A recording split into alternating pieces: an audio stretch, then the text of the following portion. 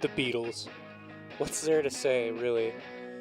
They're the original boy band, rock stars and legends. Whether you love them or hate them, you cannot deny that this band is legendary. They've influenced many artists such as Ozzy Osbourne, Freddie Mercury, Dave Grohl, and the great band Oasis. I can go on and on and on about the number of artists they've influenced and what they've done for the music industry and music overall as a whole. But we're not really going over all that today. Today, I'm going to be going down the rabbit hole of my top 10 favorite Beatles albums. And I'll sprinkle in a little bit of history behind the albums too. But anyways, let's go ahead and get started. Number 10, Let It Be. Now, this is technically the Beatles' last album. It is their last release, I will say that. But technically, this isn't their last album. But I'll get to that later on in the video. Now, by no means do I think this is a terrible or bad album at all. But I don't really go back to it as much as I would like to. I really usually go back to it to listen to some of the main tracks, like Let It Be, of course, and Across the Universe. There are really strong songs on here, like The Long and Winding Road and I Me Mine. But with this album, the recordings are from the Get Back sessions, and half of the album was already done prior to the release of this, and finishing up the album as well. And after this album, of course, the Beatles broke up shortly after. I like this album, but it never really makes me come back to it as much as I want to. Anyways, let's move on to number 9. Number 9, Please Please Me. Now, this is the Beatles' debut album in 1963. The record company actually rushed the release on this album to capitalize on the 2 singles that were released that became really popular, which are Please Please Me and Love Me Do. 2 very good songs, by the way. This album actually took one 13-hour-long session. Jesus, talk about being rushed, right? And that shows that it was rushed, but that's not necessarily a bad thing. Now, as the album goes on, you can kind of hear John's voice getting a little bit more raspier and raspier up until the closer of Twist and Shout, which he actually blew his voice out on. And thankfully, they were done recording after that. This album does capture you and have you hooked in with the first song, which is I Saw Her Standing There, which it's a 12-bar blues song, and it's pretty great. If you've never heard it, you should definitely go listen to it.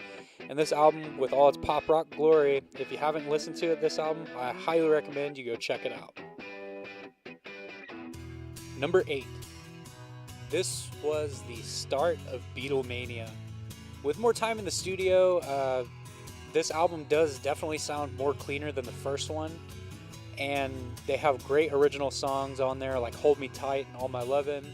And they do have some really good covers on there, like Roll Over Beethoven and Mr. Postman. My personal favorite cover on that album is Till There Was You.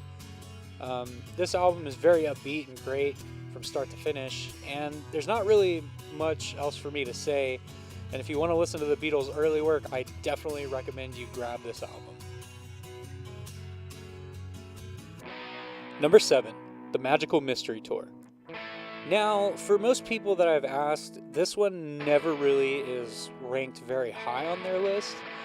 But for me, I put this at number 7. Maybe it's because of nostalgia, maybe not. I don't really know. I'll let you be the judge. But I do remember buying this album from Walmart when I used to look at the CD sections. And I remember listening to it for the first time, and I was just really blown away by it because I'd never heard anything like it before. I'd never really listened to psychedelic rock or anything like that. And this was my first experience to it, and I loved every single second of it. Now, the reason why I put it so low on my list, even though I love this album so much, is because, I do listen to, I Am the Walrus, All You Need Is Love, Your Mother Should Know, and I don't go back to it as much as some of the other albums as well. But this is a brilliant, brilliant album, and actually what's funny about I Am the Walrus is that John wrote the song as a troll song. John was a prankster, so it makes sense. And the reason why he made it a troll song, as I'm calling it, is because somebody he went to school with that he knew said that in their college class they were studying over Beatles lyrics, and John thought that was like hilarious, so he just put all this nonsense together and made I Am the Walrus, and it's such a brilliant song, and I personally think it's the best song on the album besides Strawberry Fields. This album for sure, it's a fun trip of an album, and if you want to listen to some psychedelic rock, you should definitely check it out. Number 6, Help. Now, for me, Help is a classic right off the bat.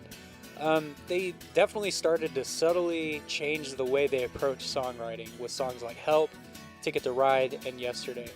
Now, while there are still the romantic, classic pop rock ballads that the Beatles wrote in their early days, like It's Only Love, they were starting to change their style as well. I remember my dad getting me the vinyl and a record player for Christmas, and I was listening to this album, and it brings back a lot of memories from when I was a teenager discovering the Beatles' music. This album has a bit more variety than the first 4 albums to me, and the next album, which is my next pick, at the number 5 spot, was going to change rock forever. Number 5, Rubber Soul. In December 3rd, 1965, the Beatles released Rubber Soul. It was a mix of pop, soul, and folk. This was definitely a coming-of-age album for the band, and it was a game changer for sure. They had a lot more creative freedom now than they had on the previous albums, and they started messing with new instruments, guitar tones, and man, this album, I remember listening to it when I was older, and like the Beatles at the time, I was starting to grow and mature as a musician and a lyricist. This album definitely inspired me to try new things on my own music, and it's a solid piece of work. And after this album too, the Beatles stopped touring, and some people were upset about that, but it was for the better, and I'll get to that on my next pick. But this album, you should definitely grab it if you've never listened to it, and it set the tone for what was to come for the future of the band. Number 4, Revolver. Now, this one was a really hard pick for me between number 4 and number 5, because both of these albums are so great, and I had to go with Revolver as my top pick, and I'll explain why here in a second. In 1966, the Beatles decided to quit touring. George Harrison, in his own words, said touring was starting to become a drag. And that same year, Revolver came out. They had a lot more creative freedom with this album, and they were beginning to experiment even more with the time they spent in the studio. This album's themes include death and transcendence from material concerns. They did a lot of innovative things like reverse tapes and ADT, which is automatic double tracking. And what they did was, instead of singing twice, there was something that I don't remember who it was, but he made the ADT so, because John was getting pissed that he had to keep retracking vocal after vocals, so that's how that came to be. But also, besides that little bit of history, this album has a lot of different styles on it, and it definitely expanded the scope for pop music. But like I said, this was a really tough pick for me between 4 and 5, but Revolver is definitely a game changer for the Beatles and music as a whole. And if you haven't gotten this album, you really, really should check it out. Number 3, Sgt. Pepper's Lonely Hearts Club Band. 1967, the year of the hippies. This album was at the top of the charts for a whopping 15 weeks. Now that's incredible. The innovations in production, songwriting, and graphic design are incredible, to say the least. I remember seeing this album when I was looking through CDs like I used to at Walmart, and the album cover really grabbed my attention. This album takes you on a psychedelic journey, and it's one of the Beatles' best pieces of work, and the best of their psychedelic rock. And nothing has been like it ever since. And, it just has amazing songs, like Lucy in the Sky with Diamonds and A Day in the Life. And if you love psychedelic rock, you'll definitely love this album. Number 2, The White Album. Now, this is a rough point for the band in 1968. The band was going through a lot of turmoil and especially paranoia. This album is beautiful and maddening at the same time, and it took 2 records to contain all their ideas. This album is beautiful and maddening at the same time. The songs are just amazing, though, and fascinating. To name some of the tracks on here that are really, really good, there's While My Guitar Gently Weeps, which Eric Clapton actually played the lead guitar on, Happiness Is a Warm Gun, and Helter Skelter. And with this album, it's just pure rock in all its glory. And mentioning Helter Skelter, it's considered to be the birth of heavy metal, for those of you who didn't know.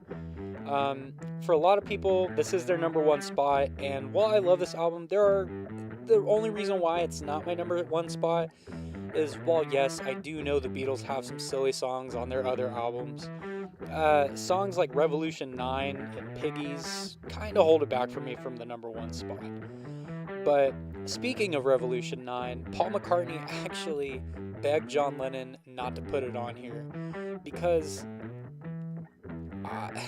it's, to put it bluntly, this is my least favorite Beatles song. And it's not even really a song. You just need to go listen to it. It was really, really crazy and really weird. But it's interesting. Definitely go check it out. And, you know, I love this album, and it was a huge influence on me and my music. And if you haven't listened to this album, you have been living under a rock, and you need to go buy it and listen to it right now. Number 1, Abbey Road.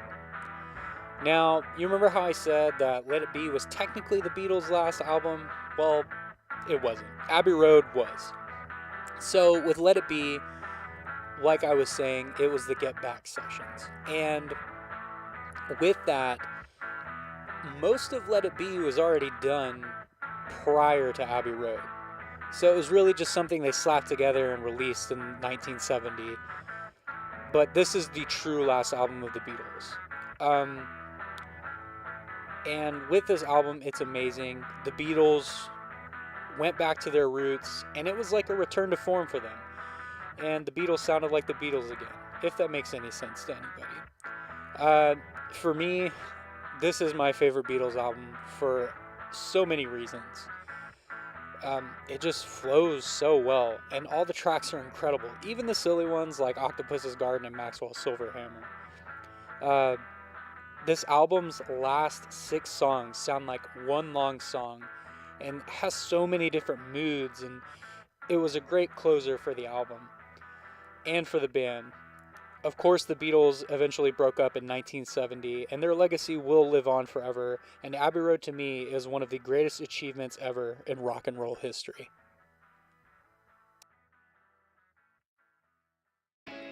Hey guys, so thank you all for watching, and this was my first crack at a top 10 video, so hopefully I didn't do too bad at it. And if y'all want me to do more top 10s, just let me know. And actually, before I bid y'all adieu, why don't y'all comment below and tell me what your favorite Beatles album or song is? I'd like to hear. And if you could do me a favor, just like, share, and subscribe and comment on this video. That would really help me out. And I will see you guys on the next video.